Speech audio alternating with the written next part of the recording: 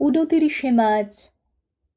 আমরা যখন অধৈর্য হই, তখন জীবনের সকল সুযোগ বিসর্জন করি। ভ্রমিলাম বহুদূর, করিলাম অশেষ সংগ্রাম, চঞ্চল আবেগে করি নিজ ইচ্ছার পদানুসরণ। খুঁজিলাম কত শতবার, অস্থির, চঞ্চল, শান্তিহীন। সুখের সন্ধানে আমি ঘুরিলাম কত জীবন প্রাসাদে, পাইলাম না যে কোথাও কোনো সুখ।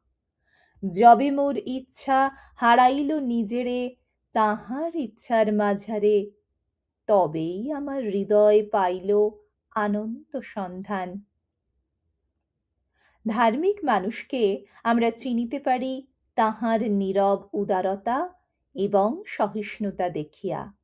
তিনি সিদ্ধিলাভ করিয়াছেন, কারণ কখনো বিধাতার বিধানকে তিনি অমান্য করেন না।